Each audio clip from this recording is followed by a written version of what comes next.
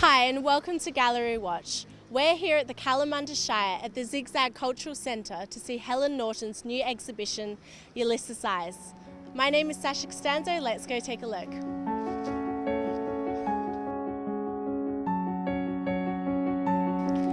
Helen, I was walking around your exhibition. Please tell us why it's titled Ulysses Eye. Well, Ulysses' Eye is a reference to Odysseus from Greek mythology. He's one of the heroes of some of the ancient tales of Homer.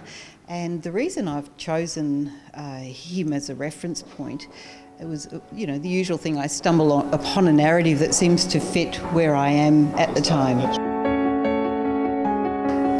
Why I chose Ulysses as a subject, or Odysseus, was because of the analogy to the sense of the hero returning home. And there was a period in that great Homer tale after Ulysses had actually been fighting the Trojan War for 10 years, and he in fact was the one whose idea was to create the Trojan horse. So he was sort of regarded as the hero, but he actually then had to go home after that big war, and it took him 10 years to get home in this story. And everybody would probably have seen, or many people would have seen, the story which is referring to that, which is the Odyssey.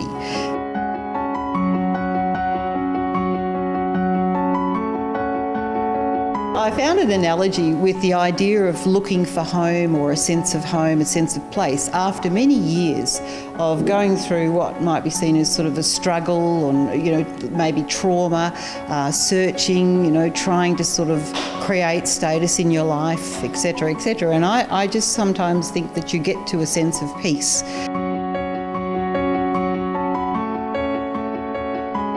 In this particular work, I was trying to capture, as I have in a lot of the paintings, a sense of the ethereal in the landscape. I mean, it's, to me, where I get that sense of coming home or trying to get home is felt in the Australian bush. Some people may not feel that, they may feel that in a busy city, but for me it's the sense of an endlessness and the ethereal part of the landscape, more sort of a spiritual view of it. I mean, I can paint definite landscapes of specific places, but I'm looking for the metaphor of the journey in the landscape rather than the specific place. And I think that that's really what I'm on about in the whole exhibition. It's about the metaphor of the landscape.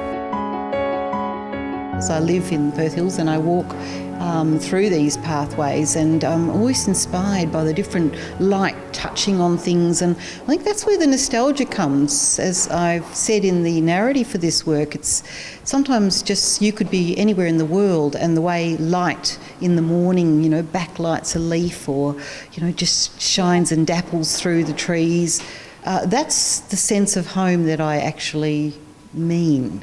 And that's very important, and I think anybody that doesn't have an experience of that is missing out on something really, huge, and should go and have a look.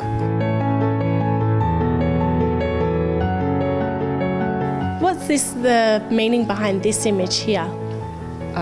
In the story of Odysseus, his return home, the Odyssey, Cyclops was portrayed as this terrible monster that eats men and has a lot of sheep, and he's a monster that has to be overcome by Ulysses and destroyed. I've actually portrayed him as a bit of a narcissistic character who has a problem with his own image. In this, it's called Cyclops' two eyes. So he has one eye, he's a deformed creature, but in his reflection, he prefers to think of himself as normal. So again, it's about hope.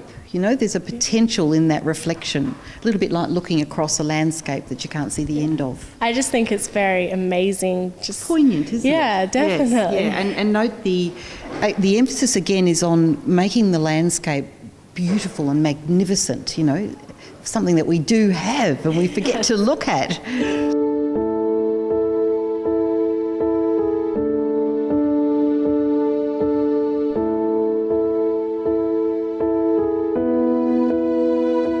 With Cyclops, he's normally portrayed as a very mean and horrid beast with the one eye, you know, his deformity. And here he has a reflection which is two-eyed, normal almost, you know, and he has the rose, he's holding the rose up to himself. It's almost like a signal of hope that everything is fine in the reflection. In his dreams, everything is okay. I've also noticed there's quite a lot of dogs in your artwork, for example, in this one here and this one here. I use dogs in my paintings to demonstrate the potential poignancy of life. So it's our compassion or our ability for compassion. You know, it's that limitless love, it's the unconditional love. It's all those cliche things that people say. They offer an opportunity for you to actually let go of all your ego and your, you know, heroic business. And here, again, in keeping with the theme of Odysseus sort of dropping his ego, he's given this chap with the green chair picture has given the dog the best chair in the house. And you know, many people with animals could relate to this. So yes, it's used to demonstrate the potential poignancy, you know, within us and our potential. There's more of the landscape ones down here. Whereabouts did you get the inspiration? What kind of landscapes?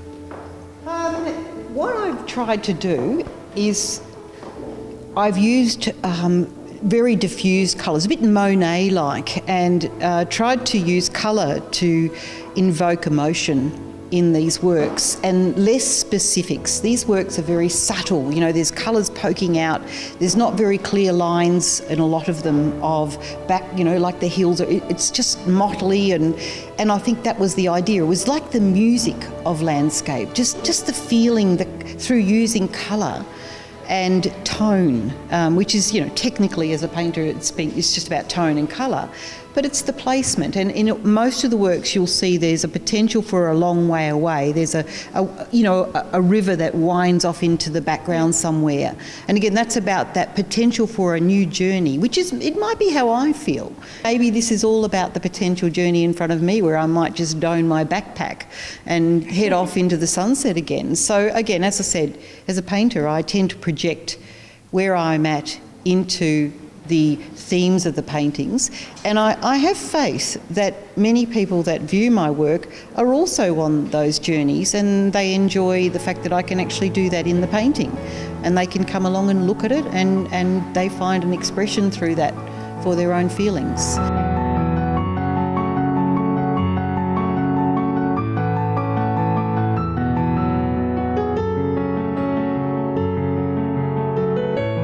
This piece is absolutely stunning. The colours on the butterfly. Tell us a bit about it. Yes, the colours are fantastic. Ulysses butterfly is what it's called, and of course we've all heard of the Ulysses butterfly.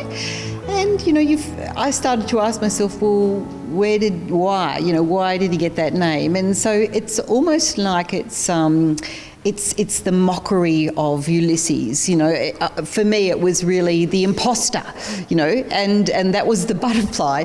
But the painting has a sense of something arriving. There's this light, you know, dashing down onto the centre of the canvas as if something's going to arrive in the middle, something's coming over the mountains and it's going to land. And, you know, from there, the butterfly sort of flying off. So again, there are not specific messages in these works. These are more subtle, impressionistic. They're about feelings. They're about, nuances, much more spiritual perhaps, if that's the word. Easier to look at and live with perhaps. But they're, again, more about hope. So if my last exhibition was about warnings and trouble and strife, which it was, these are about probably me getting tired of living in that space of the war and now wanting to take this quiet journey home through these works. And that's what I've projected into the actual paintings.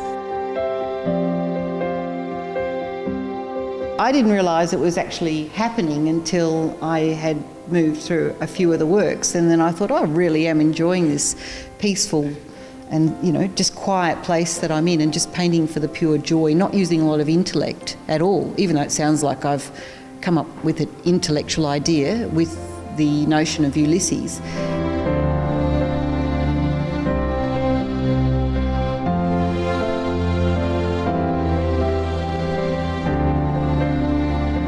I was painting as if I was Ulysses, and I was not putting a lot of characters in there. So it was through, this sounds ridiculous and so obvious, because most landscape painters will be sitting there going, oh duh, but I was actually doing the painting without the usual sense of being inside the painting. I was like Ulysses, as if it was me.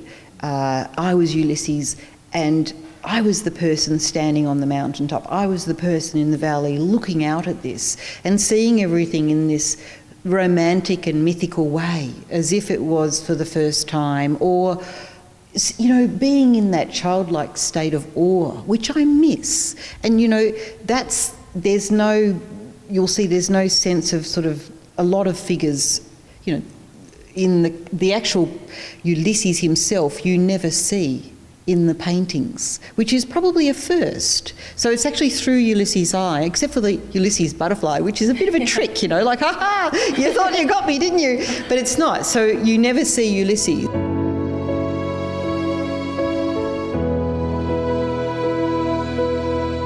Don't go anywhere, we'll be back after a short break at the Zigzag Cultural Centre in Kalamunda Shire with Helen Norton's exhibition.